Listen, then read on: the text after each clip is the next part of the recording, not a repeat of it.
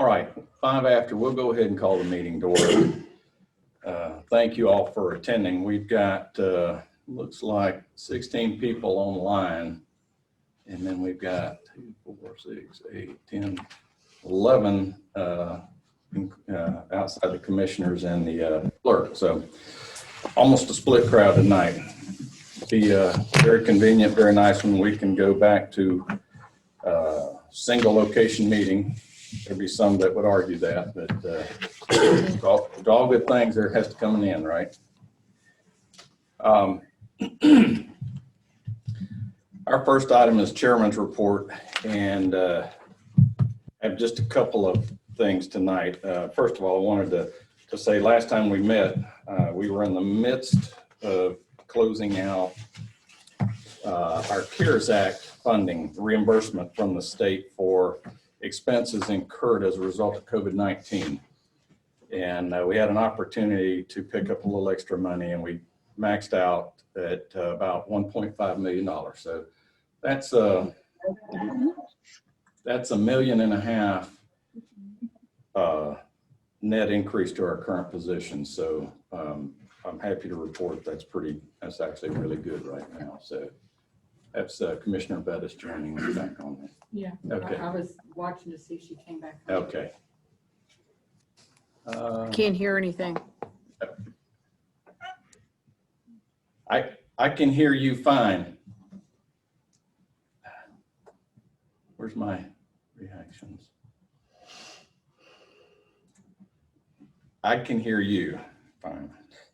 She can't hear you Yeah. say that. I can't hear you. So I Okay. may have to call in. Okay. If you would like to, if you want to, your choice. If you want to call my cell, I'll have you on speakerphone here. If that's, you know what? That's probably going to cause me a problem with feedback here. We can try it if you'd like, though. While she's joining us, we also have the opportunity tonight.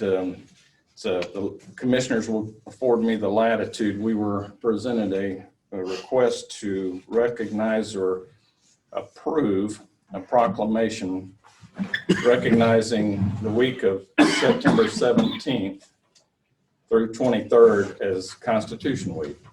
And now more than ever, I feel like we can use this, and certainly would be honored to read it. It's very short, but commissioners, I will ask for a vote on this. So it's a proclamation, Constitution Week 2020, September 17th through 23rd. Whereas September 17th, 2020 marks the 233rd anniversary of the drafting of the Constitution of the United States of America by the Constitutional Convention. And whereas it is fitting and proper to officially recognize this magnificent document and the anniversary of its creation. And whereas Public Law 915 guarantees the issuing of a proclamation each year by the President of the United States of America designating September 17th through 23rd as Constitution Week. Now therefore be it resolved that the Board of Commissioners of Madison County, Georgia do hereby proclaim the week of September 17th through 23rd as Constitution Week. And we ask our citizens to reaffirm the ideals the framers of the Constitution had in 1787. And in witness thereof, I've said, okay, we'll get to that. So if the commissioners would be so inclined, I'd like to have a motion and a second to approve this proclamation. I'll make a motion to approve. Got a motion by Commissioner Kirk. I'll second. Second, Commissioner Lee. And with that, Commissioner Lee, I'll ask you to start our vote off. Yes. Yes. She can't Teresa hear. can't hear. Yes. And Commissioner Doster? Yes.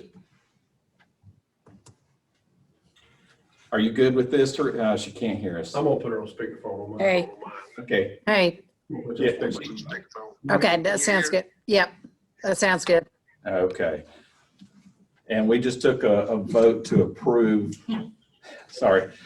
We haven't closed out yet. September Just read it 17 times, I think.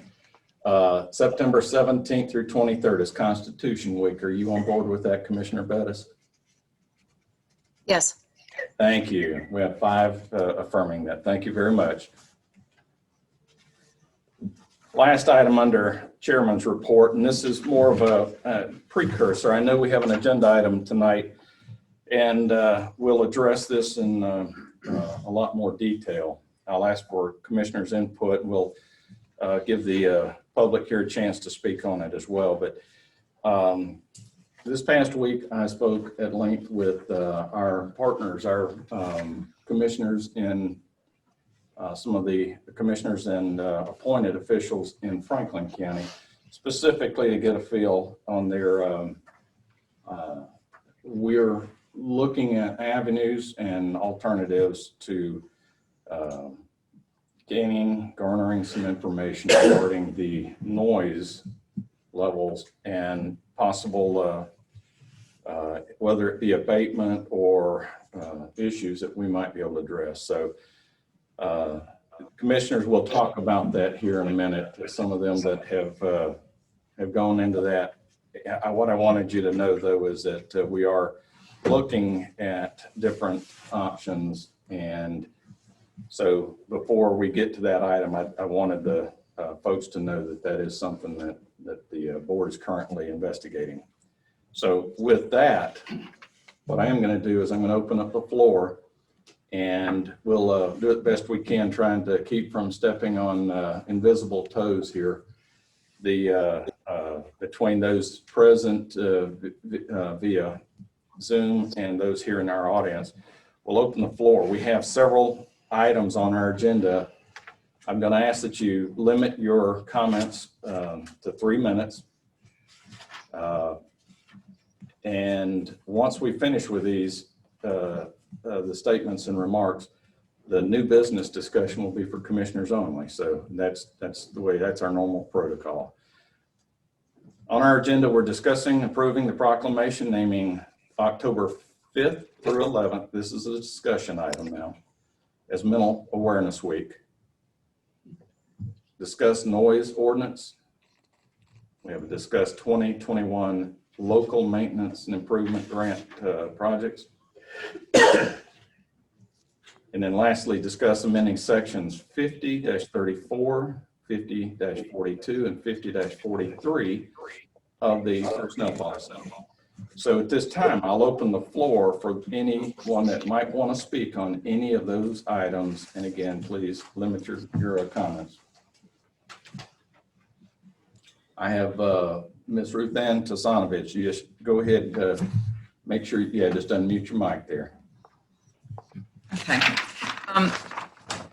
Thank you very much for considering noise abatement, and that's the agenda item I'd like to speak on. The EPA in Title IV of the Clean Air Act of 1963 defines noise pollution as unwanted or disturbing sound. Sound becomes unwanted when it interferes with normal activities such as sleeping, conversation, or disrupts or diminishes one's quality of life. Studies have shown there are direct links between noise and health. So that was back in 1963, the EPA recognized noise as pollution. It's part of the Clean Air Act. In 1981, the administration concluded noise issues were best handled at the state and local level, and the primary responsibility of them was transferred to state and local governments. The EPA Office of Noise Abatement and Control found that levels of 55 decibels outdoors. Let me turn down, I got a Bluetooth speaker, I'm turning it down. And 45 decibels indoors are identified as preventing activity interference, annoyance with activities such as sleeping, working, recreation, etc. I live 1.5 miles from the GRP plant in Colbert and have been personally disturbed by noise from the plant at all hours of the night and day. My neighbors, Mac and Cheryl Adams, live even closer. They live 3/4 of a mile from the plant. They can't be here tonight, so I wanted to speak for them, and I want to play 3 short recordings of the noise, and they have their own decibel reader. So I'm going to attempt to do that, and I don't know how this is going to work.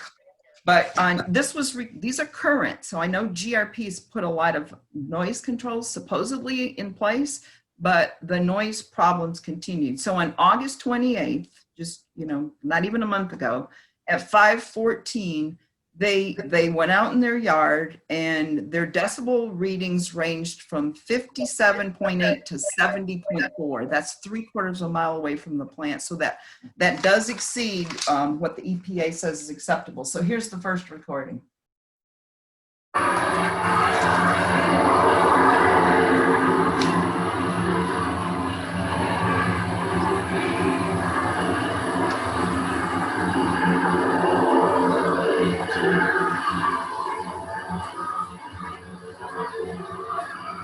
Okay, could you hear that at all? I could. Were you able to hear that? Well, we could hear that. You got time for about one of those last two if you want to play it real quick. Okay. Well, let me just say that on September 2nd, their noise started like early in the evening, and I won't play that one. It ranged, well, I will play that one. All right, here's the next one. And we're at 3 minutes here, so go ahead.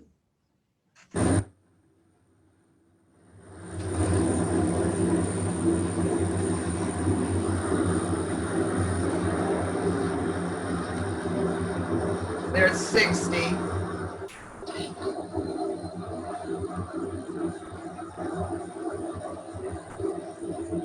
Okay, so it went up to 64 there. And later that morning, they got up at 3:38 because it's still noisy. 3:38 in the morning, they're up. I won't play that one. But that one was going up to 58 decibels. So you can see it interferes with their sleep.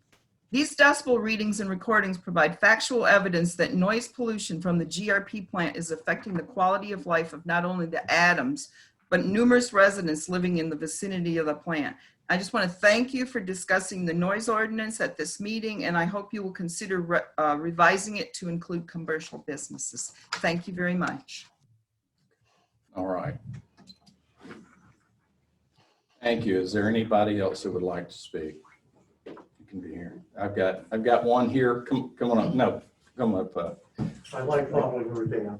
Yeah, we've got the counterpart to Ruth Ann. We got Drago. My name is Drago Sanich. I live at 959 Highway 172. I'm here to discuss the noise too. I have been here before, and a lot of other people have too. I'm really happy to hear that the boards are combining and going to talk about this issue. As the co-chair of MCCPC, the Madison County Clean Power Coalition, we have put some study into that, and we've made a proposal to your board, the Franklin board, the board members, and GRP. I did get one response from John who said GRP was working on it. And the point I want to make is whatever they're doing there is not enough. And tonight I brought a little visual aid with me. I think all of you can see this. And this bullseye, that's what I'm showing you with the bullseye on there. This bullseye in the center is the GRP plant. I know a lot of times people think, well, they were just here complaining or we're just hard to get along with, but this problem with noise is serious. And I drew this to show you. This is a half-mile ring right here, this first one. There are several people who live in that half-mile ring, and their lives are unbearable. And I'm not exaggerating. I mean, actually unbearable. They're talking about selling their property and moving if something isn't done. This next ring is a mile. And it's the same thing for people in that mile. And I'm not going to say it's 24/7, but it's close to 24/7 all the time. For the people in this half mile, it's almost all the time. This next ring is 1.5 miles. And I live within that ring. I have to sleep with my windows closed now because the noise from the plant, for the most part, is just too loud to be able to leave a window open on a nice night. And then this next ring is 3 miles out, which even goes into Oglethorpe County. I know people inside that ring also that suffer from the noise and a variety of other things from GRP. So what I'd like to see this board do, and it sounds like you are, to take this as a serious matter. It is serious enough for me to come tonight and speak before you instead of Zooming, because something needs to be done. What I'd like to see, first of all, is the board rescind what they did in August of 2019, because what it did for the people that live near the plant, the amendment to the noise ordinance excluding industry, it pulled the rug out from underneath people that live near the plant to be able to try to force GRP's hand to do something. So I'd like to see that rescinded. I'd also like to see a review of the whole noise ordinance, so it can be written in a way that the people of Madison County are protected in the future from something like this happening again. So those are the two things I'd like to see. As far as the committees getting together, I mean, the communities getting together and the boards, we've done some research on that, MCCPC. The acoustical study of the plant needs to be done, by an accredited firm, which would find all the sound and noise makers and determine just how bad they are. And then that can be given to a company who can determine ways to get rid of the noise. If we leave it to GRP, we found that the only way they do things is to be forced. So I think what you're doing may help force them to do something about it, but rescinding that law would give the people of Madison County, that amendment, a chance to make GRP do something. So thank you very much for the time, and thank you for this electronic hookup and doing the best you can at this. All right, thank you. All right, I've got one that's joining us here virtually. Ashley, is that your hand up?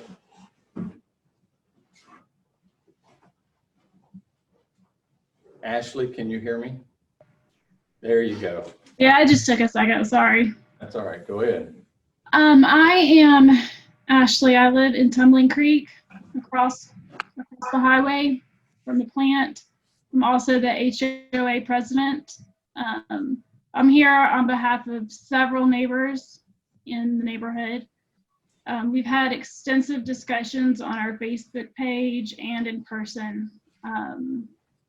It's affected a lot of people, and I just wanted to let y'all know that I know from Gina Ward that there's things that can be done. It's realistic to get it quieter, and we are asking for y'all to just diligently work on getting the decibels down. I know August 31st there was 72 decibels at 1:38 a.m. and we have a lot of families and kids, and this could be detrimental to them. So just keep us in mind. I didn't have anything big and planned out. I just wanted to let y'all know that we're here and we're worried. Very good. Ashley, could I ask you what your last name is by chance? Gabriel. Gabriel. Okay. All right. Thank you. Thank you. Anybody else? I would like to speak, please. Okay, go ahead. My name's Leanne Jones, and I live at 147 South 4th Street in Colbert. As a part of Agenda Item 5, I look forward to hearing the board's proposed solutions to the insufferable and ongoing noise emitted by GRP over the past year. Can you hear me okay? I can. Great. My husband and I have repeatedly been awakened in the early hours of the morning ever since the plant began operations, most notably between 1 and 4 a.m. Since COVID-19 struck, I've had to work from home, so I'm now repeatedly distracted when trying to conduct my really detail-oriented work during the day, oftentimes on top of a lack of sleep. I'm considered high risk due to an underlying lung disease, which, if you'll recall, is part of why I lobbied so hard in stopping the burning of creosote material next door to begin with. We're now being invaded by this noise 24/7 with no notice, no recourse, and no apparent end in sight for this to no longer be the case. We have even had to reschedule socially distanced weekend plans in our backyard, and we think that these conditions are unacceptable. Considering that we live a linear mile away, we cannot imagine what it must be like for others who live closer or who have less of a buffer in between. It does not seem unreasonable for residents to expect some enforceable sleeping hours or some maximum noise limits for noise permissible at any time of the day. My husband and I knew that we were spending tens and thousands of dollars to purchase and improve a historic home as our first home next to a railroad line and close to a main street, but we did not bargain for this constant argument and battle. Thank you for your time, and I appreciate the consideration. Thank you. Is there anybody else? I'd like to speak. My name is Lisa Stevens. I live at 893 Diamond Hill Colbert Road, and I'm about 2 miles away. We live in a heavily wooded property, so I've got quite a bit of a buffer, but especially at night, there is quite the drone from the plant. And I just, from 2 miles away, I can still hear it quite distinctly. So I can't even imagine what it's like for people that live closer. Lisa Stevens. Okay. Thank you. Is there anybody else that would like to speak? How about here in the group here tonight? On any of those items that were on our agenda? Yes, sir. I just want to say that, Could I get you, oh, okay, they won't be able to hear you if you'll just stand kind of up there, it'll pick you up, and that way the folks that are joining us via Zoom can. my name is John Hardy. I live on Booger Hill Road. We have a little bit different problem. It is a noise issue.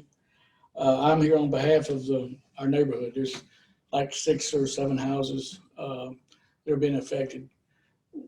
We have a young fella that likes to ride unmuffled four-wheelers, motorcycles. He plays his music really, really loud. We have called the Madison County Sheriff's Department. I think all total, they've been called 11 times. They responded twice. And one time they said they responded and we were sitting there watching the road and they never showed up.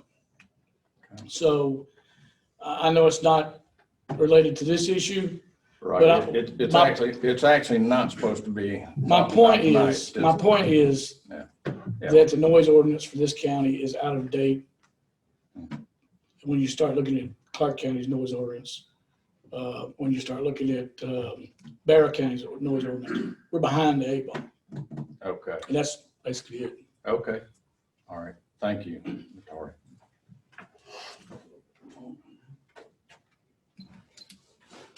Anybody else here tonight?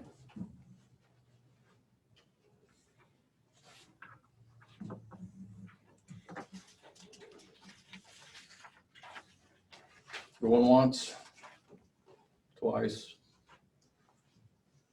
All right, moving on. New business items. Our first item that we have for our commission tonight is, again, this is actually, it's not something we'll vote on tonight, but it is a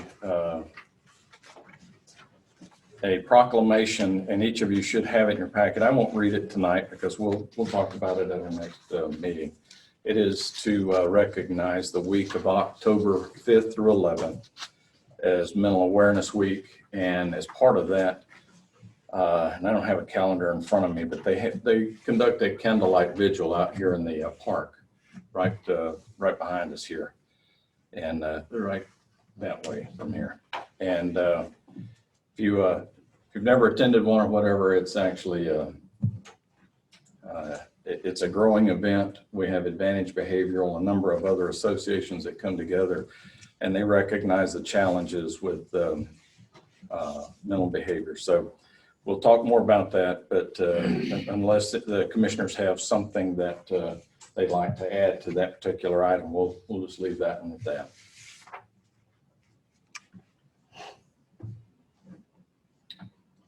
Okay, on to our next one.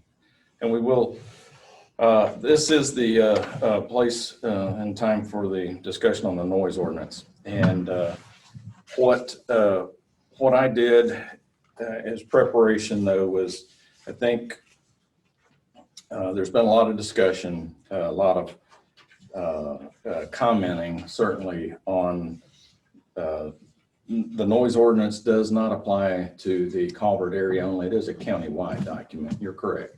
It should apply to all areas. And whether we need to add detail or fidelity to the document, that's what, for the board to discuss.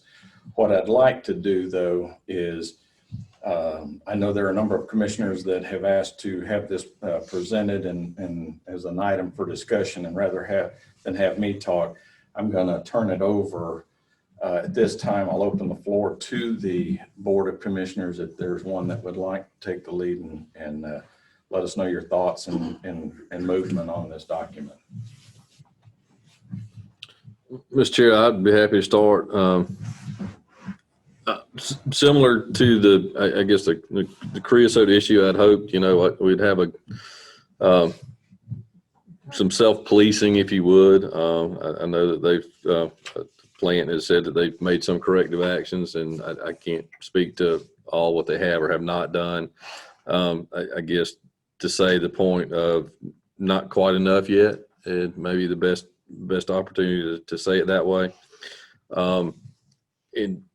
In doing that, we've had some people suggest that we roll back or rescind the motion that we took. The concern I have with that is the actual enforcement of that. How do we do things? So I've got a lot of questions, and I've shared those with a few of the commissioners. How we do it, who does it, the expectations of when it gets done. Some of the same questions that our constituents have asked. How is it from a process standpoint? And so I think we need to move on that and get that done. As far as like an amendment to the noise ordinance, I think there's probably a lot of work that needs to be done to get the noise ordinance amended to a point that we feel comfortable with it. Being more of a rural county, I don't know if some of the other communities' noise ordinance, some things may be applicable, may not be applicable. But there's equality clauses that the attorney would have to address on that. So I'd say that to say I don't have a specific ordinance I would suggest that we would model. I've spoken to a consulting firm that was recommended to me, and his response to me was there's a lot of bad noise ordinances and very few good ones, just because of the communities that they. But it's not that it can't be done. It just takes a lot of work with the stakeholder groups. And with that said, though, I'd like to see us move forward to conducting a noise study, one that has some amount of time to it. I'm not sure the designation, if it's 48 hours or 72 hours, some sort of time frame that goes along with it, not just spot checks, because I think that's an important part of capturing what truly is happening. So I think it's time that we try to move this along. If we've been a little tardy in it, and we apologize, or at least I do. I shouldn't speak for the board on trying to maybe best case scenario, hoping self-policing would handle it, but I live within one of those rings that Mr. Drago showed. So I hear the plant and I sympathize with my neighbors. I'm not as much as others just because of the distance, and I don't mean that in an ugly way. It's just I know what's out there, and you can attest to my wife. She knows I ride and listen in the middle of the night and different times of the day, and so it's not that I don't have it's not that I don't get out and try to make myself available and try to hear things in all hours of the night and not weekends and such. So I would appreciate the support of my colleagues in getting this started with, what I would say is an appropriate first step is getting an unbiased baseline information of what we need to where we start. And I think that can be done with like I said, it's a 48, 72 hour study and not just spot checking at certain particular times of the day. Let me say I'm in agreement with Commissioner Doster about the study. I think that's and I appreciate his work to get in touch with the consulting firm and sort of find out somebody that maybe we could use that's done this. And and then taking into consideration, as you said earlier, John, this covers the whole county. We got to make sure that we're doing things that do not just address the GRP plant, but other areas, because there may be other areas that people are starting to look at. One of the areas that I've had a couple of people talk to me about is the Williams Pipeline pumping station. When all 5 of those pumps run down there, that's noise level. Now, whether it's to to the level of GRP or whatever, who knows? I don't have any idea, but we need to have something that's consistent and good for the whole county. So I agree that, you know, we ought to be looking at trying to get that, at least that study done in that area. And then maybe we broaden that to other areas and just see what's going to make sense for the whole county.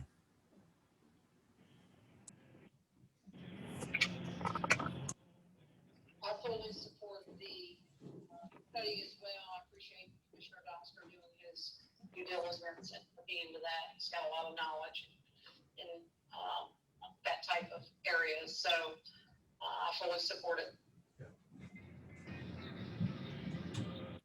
Yeah, I think y'all are lucky to have somebody like Derek in that district, you know, that's got these connections and can make these kind of calls to the people that can help in this area. And too, Derek, I think you made it known that these people are going to be reasonable, not going to cost us an arm and a leg. Pretty expensive in Franklin County. And hopefully we'll know what to do with the data that we get back. And it not just be a pile of paper on the desk, you know, we'll actually have somebody that can help us put things in place. Still, you know, talking about rolling the other one back, I think, you know, it was just basically anything that was unpleasant noise at night. You know, we just really can't go with that because we're agricultural. We're our big ag county, chicken houses, all those. Everybody knows that you catch chickens at night for the most part. I mean, that happens at all hours of the day, no matter what. And we hate to put somebody out of business just because But it's not every night. but it's not every night. That's right. I'm just saying, I hope we go forward with some agricultural exceptions. Okay. We also know that if we want industry in the county, it's going to be along the railroad track. So we got to be careful there too. Go ahead, Commissioner Allen. Go ahead. Yeah, I was just going to say that I don't think there's any more that I can add to what the other commissioners have said. I totally echo what they have said, and also want to make sure that we do look out for the entire county. I like hearing that, and really just want to say thank you to the chairman and the other commissioners for revisiting this and looking at this a little more carefully and digging a little deeper into this. And like I said, I appreciate the hard work that Commissioner Doster's done. Hopefully we can keep this moving forward, and this is not going to be some short road. I understand that, but if we're going to do it right, but sure do appreciate everybody with their comments and looking at this issue again. So I just want to say thank you. All right.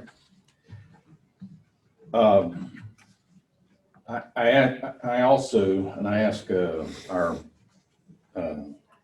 county attorney if he might offer a few comments. I want our commissioners, I want folks to understand too that that everything is not necessarily, you know, driven by cost. But the point that was made about a 48 to 72 hour test, the duration of that, I got to tell you is that doesn't sound like a long period of time. And it's really not a long period of time. A lot of these other tests that have been done were 10-minute spot tests, done at different times, different locations. So that's why it needs to be a very thoughtful effort. It needs to be a well-directed effort. I appreciate if there's local research that has been done, then I would suggest that would be received well too.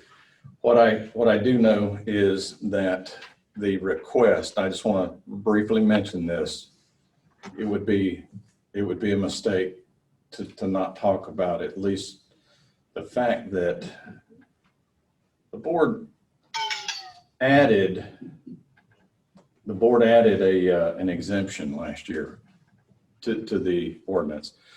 They didn't take anything away. They added an exemption. I know that sounds like wordsmithing, but the point is that modification, that amendment was reasonably consistent with what a lot of other counties do have, to be honest with you, as it pertains to industrial, commercial, provisions. So the movement wasn't out of place or abnormal for any means in any respect. The timing on it, while it could be questioned, was it done to protect them? What I really want to get to, and I just want to have this so that the commissioners and everybody else, as we move forward talking about the testing and the way ahead, is to understand that there are certain things that you can do, certain things that you can't do. And no matter how we might try, those efforts that were made to ban creosote required effort above this county level. And that's a guarantee. I mean, no, I don't think anybody to ban that. The actual banning was a legislative act. And I'm grateful for that. And if you talk with these two plants, they're probably equally happy at this point not to have the counties bearing down on them for that. What I will tell you though is the timing on this plant had begun in both locations, their construction and their investment. So without me tripping all over myself trying to speak legal, I will ask if the county attorney would just share very, very broad, very roughly what types of actions might come as a result of the test. Once you have that data, what do you do with it? What can you do with it? How do you enforce that? And a lot of people, all we want to do is we want to do something. We just don't know what we're going to do after we get the information.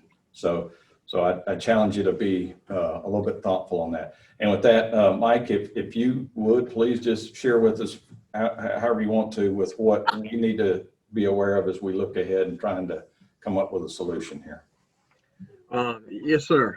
And it might be best to start with sort of the history of the noise ordinance. The one that we have now was basically enacted in 2009.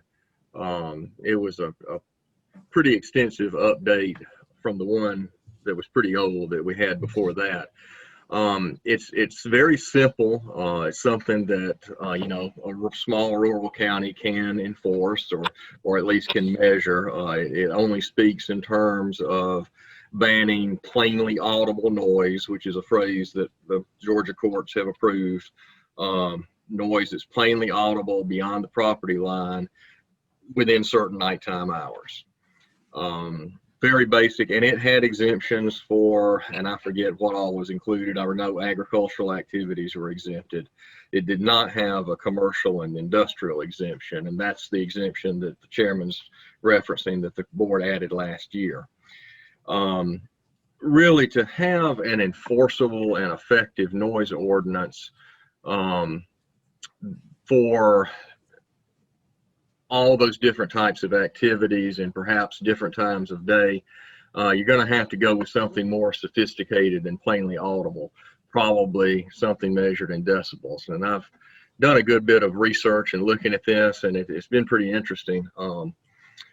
The way this seems typically to be done is to measure the noise in decibel levels, again, at the property line, with limitations based on decibel level, based on both the zoning of the emitting property and the zoning of the adjacent property. So, for example, the permissible level emitted from an industrial property with another industrial property next door might be 80. The noise level from an industrial property, if there's a residential property adjacent, might be 60.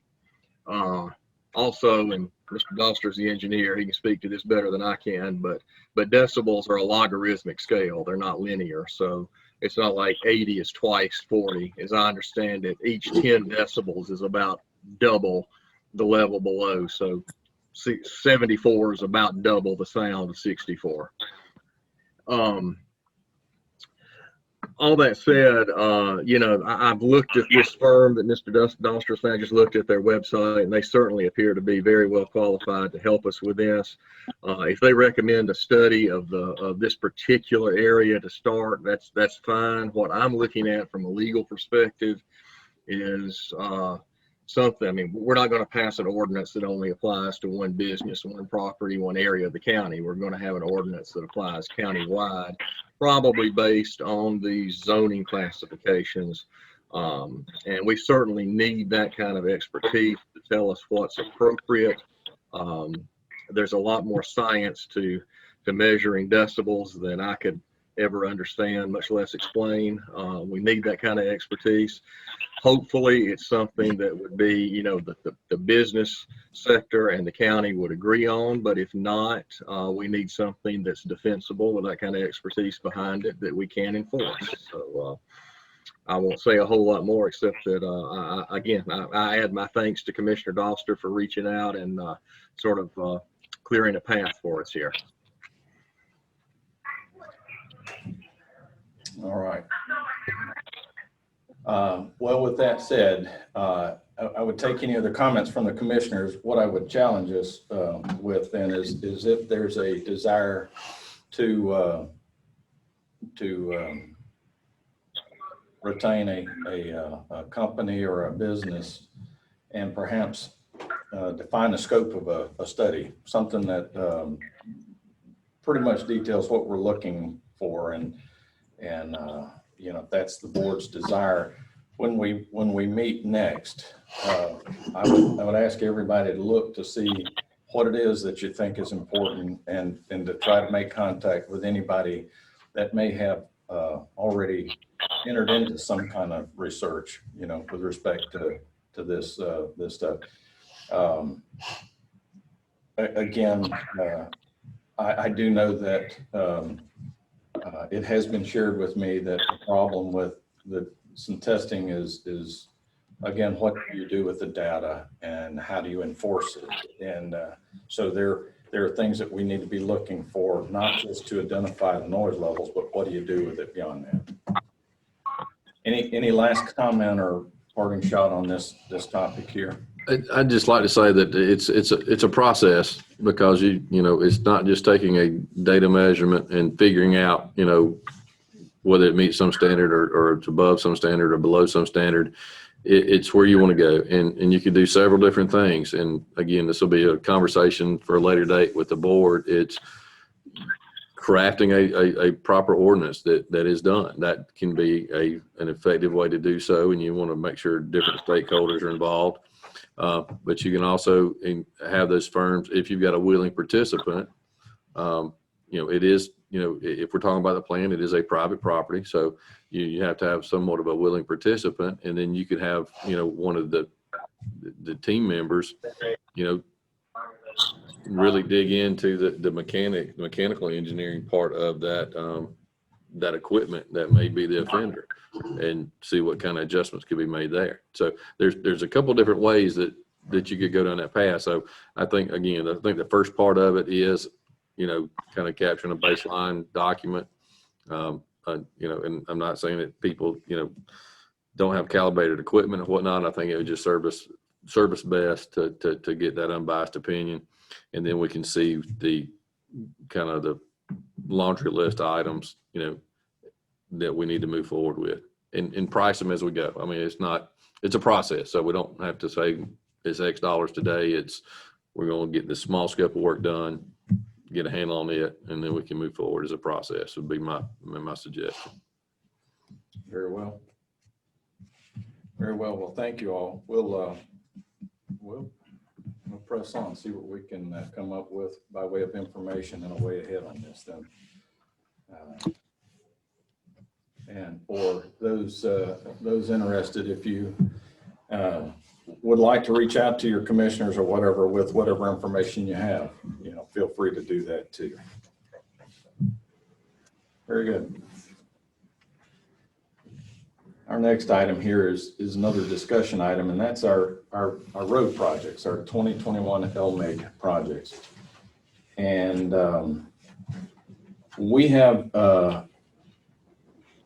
a grant from the state, and we have a required 30% match. And do you have that number? What is that number? The total number, The total. 927,562. So that's 927,562. So real roughly, that's probably close to about eight miles of resurfacing, as we've seen it in the past. Resurfacing. What I would ask the commission is for all the commissioners, and we've talked about it, and I've recorded, and I've tried to keep a running list of those roads or those road projects within all the county that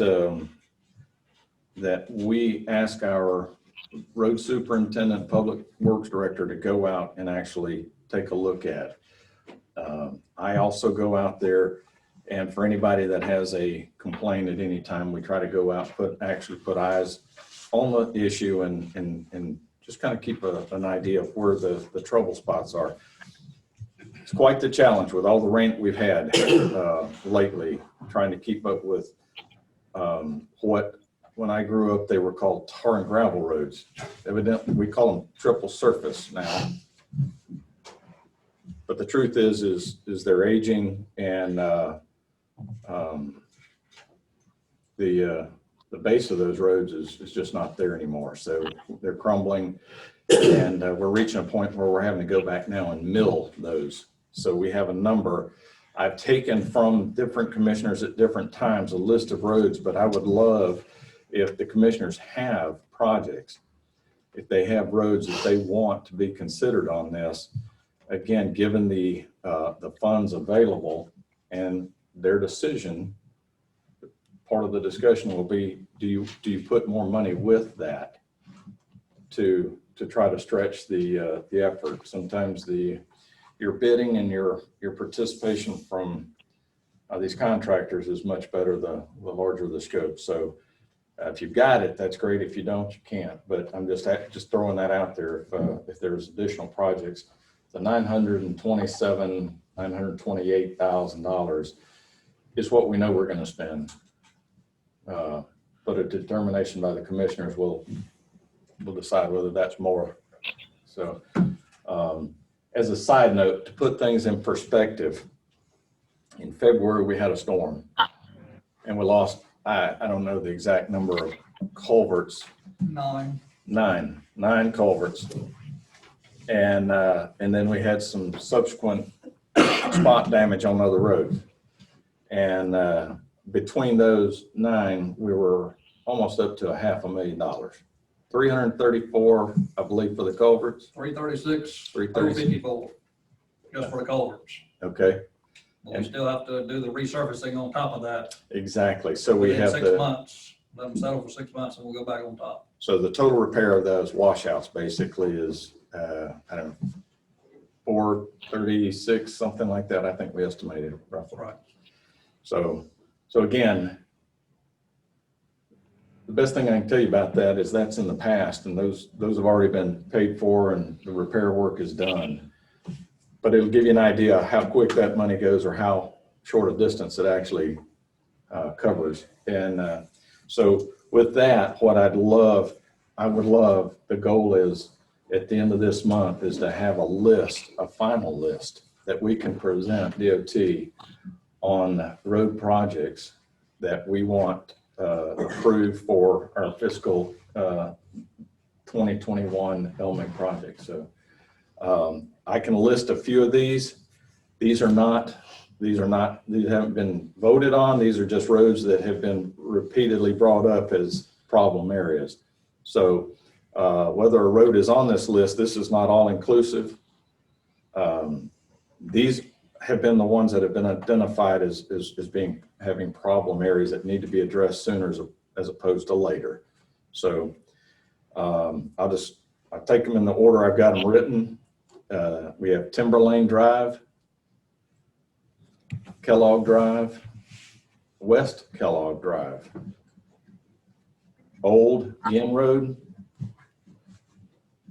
Bishop Carey Road, Booger Hill Road, Nice Commerce Road. We have Swamp Guinea Road, Forest Lane, and Lim Edwards. I'm not saying, again, that this list has in any way been prioritized or approved. Huh? They're in a meeting. Can you hear me? If y'all can hear me, could I get you to maybe mute your phone or your microphone, please? I can do it from this end if you need me to. Thank you. So again, though, what I encourage the commissioners, though, by all means, please look at your area, talk with folks, go out and drive these roads. If you have one, you don't have time, please let Alan, Derek, me, let us know, and we'll go put eyeballs on it and try our best. These weren't listed in any order, and they're not, I don't mean to discount or eliminate or, you know, any particular area or district from the county. So if there's some that you know about, let us know, and we'll certainly take a look at them. Some of the criteria that we've used is we look at the volume of traffic on a road. We look at the number of residents on a road. Some of these that I listed, you'll note that they were not through roads. They're dead ends, or they're subdivision roads. But again, the number of homes that actually exist on those, getting in and out, has become problematic. We look at our first responders and their ability to get to places. And then we also look at special needs, if there's a special need requirement too. So with that, if any of the commissioners have any that you would like for me to add right now, just so that we could at least look at them, I'd be happy to do that. But again, the goal is by the end of the month is to try to have a list put together, and let's get it approved.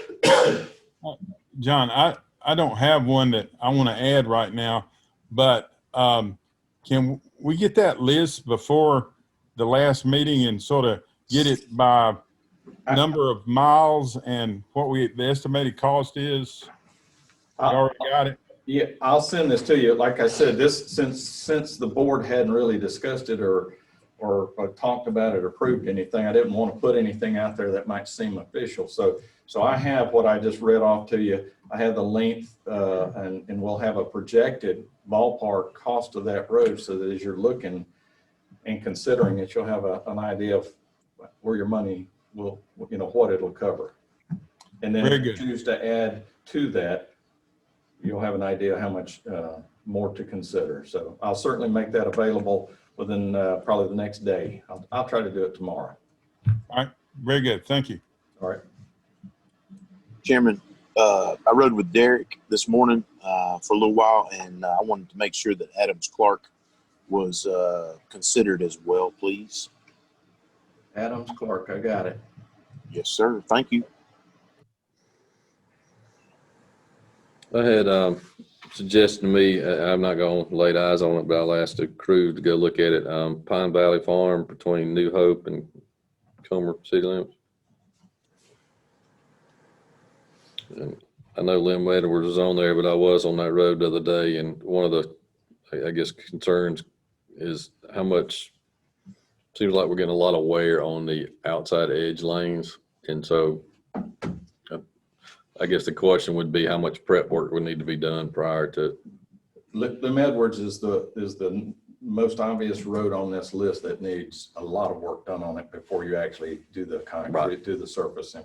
Right. It's got a 60-foot right of way, and they got trees. You don't want to be off the pavement in some places there.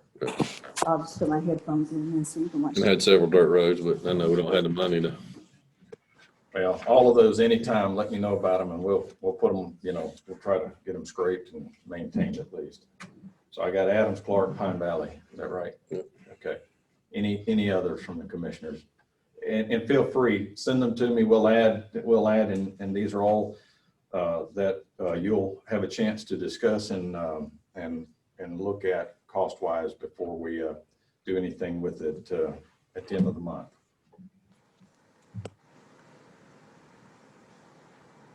Okay, we're moving on. Last agenda item is discuss amending, and there are 3 sections here of our purchasing policy, 5034, 5042, and 5043. Our purchasing, our personnel policy, I'm sorry.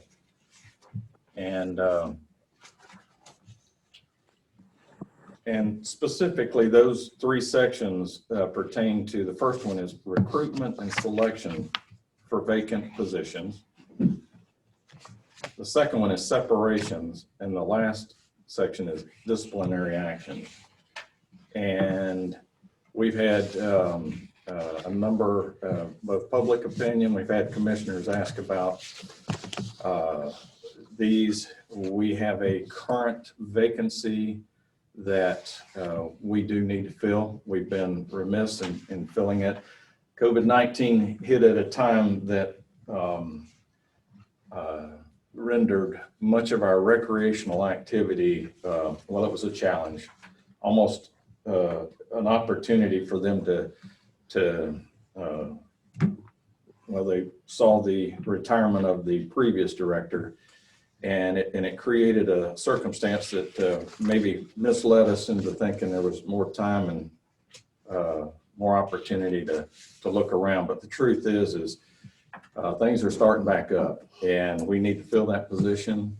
And it was suggested to me that that the board wanted more involvement in the selection. For those that aren't aware, I'll just tell you where it currently stands. And again, this is for discussion only. And it basically has, for recruitment and selection, involvement from human resources. And if it's a department hire, the department head would be involved. Board of Commissioners chair would consent to that position being filled. That's the way it reads currently.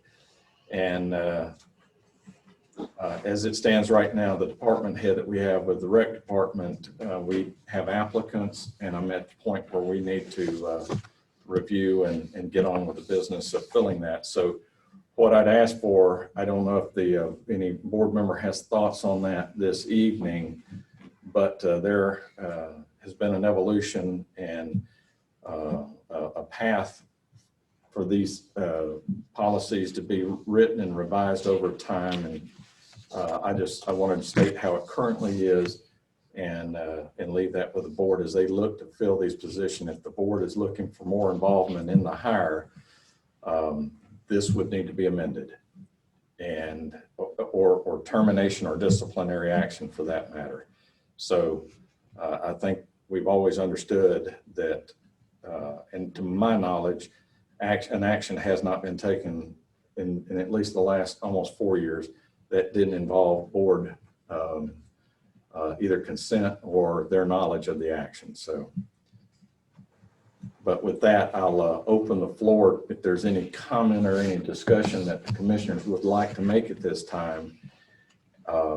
And as is the case on almost everything that we do with the board that we have today, I will tell you that your current county attorney has probably more history, as I believe he's finishing up 24 years. I could be wrong. Is that close? 20.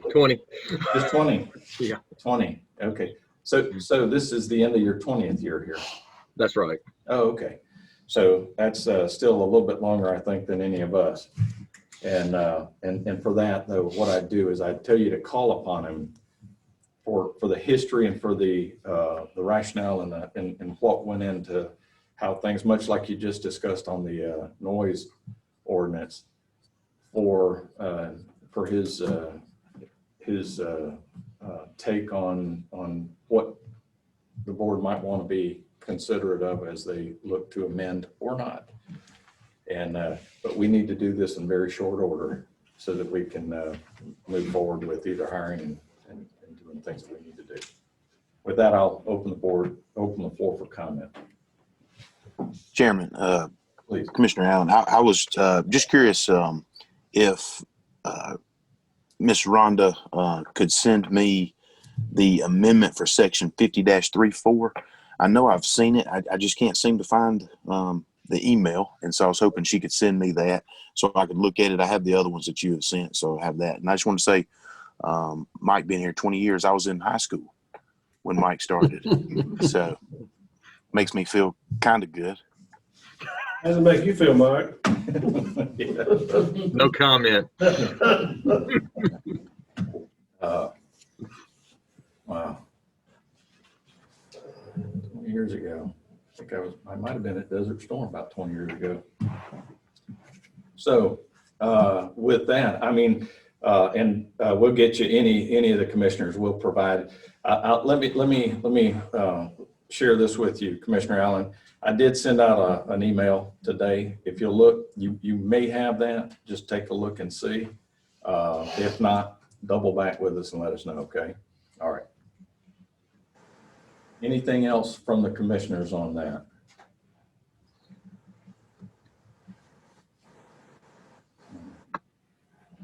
We won't tarry. Any roads updates? Did we just catch that for the most part? I think so. Or on my end, yeah. I should have, there were two things. I'm going back, I'm doing a little cleanup here. There were, each of you did receive inputs on the noise ordinance. There was an email from David Ramsey and one from Gina Ward. I did want to make sure that as you look at that, you consider those that they provided.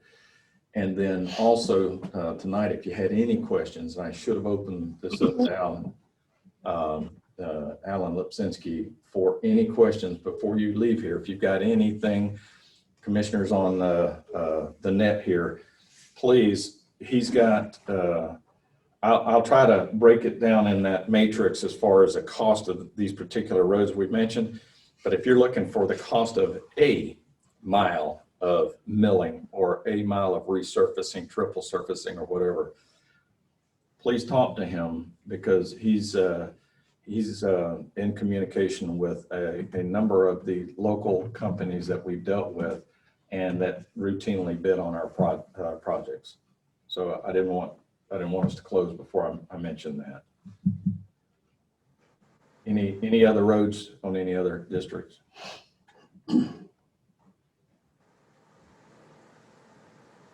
I don't know if I mentioned my road's a private drive.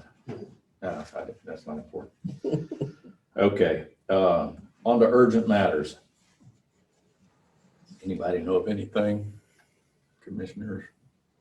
No. Mr. Pruitt, any need for executive session tonight? No, sir.